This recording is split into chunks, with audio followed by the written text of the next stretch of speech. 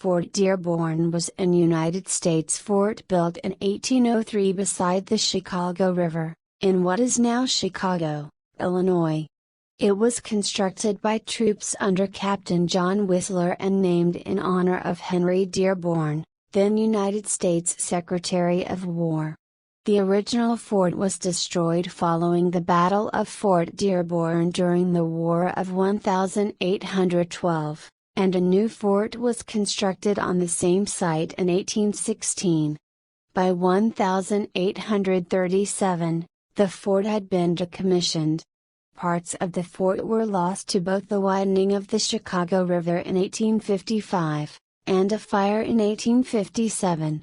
The last vestiges of Fort Dearborn were destroyed in the Great Chicago Fire of 1871. The site of the fort is now a Chicago landmark, located in the Michigan Wacker Historic District. Historic events. The history of human activity in the Chicago area prior to the arrival of European explorers is mostly unknown. In 1673, an expedition headed by Louis Joliet and Jacques Marquette was the first recorded to have crossed the Chicago Portage and traveled along the Chicago River. 2. Marquette returned in 1674, encamped for a few days near the mouth of the river, then moved on to the Portage, where he camped through the winter of 1674–75. Joliet and Marquette did not report any Indians living near the Chicago River area at that time, although archaeologists have discovered numerous Indian village sites dating to that time elsewhere in the greater Chicago area.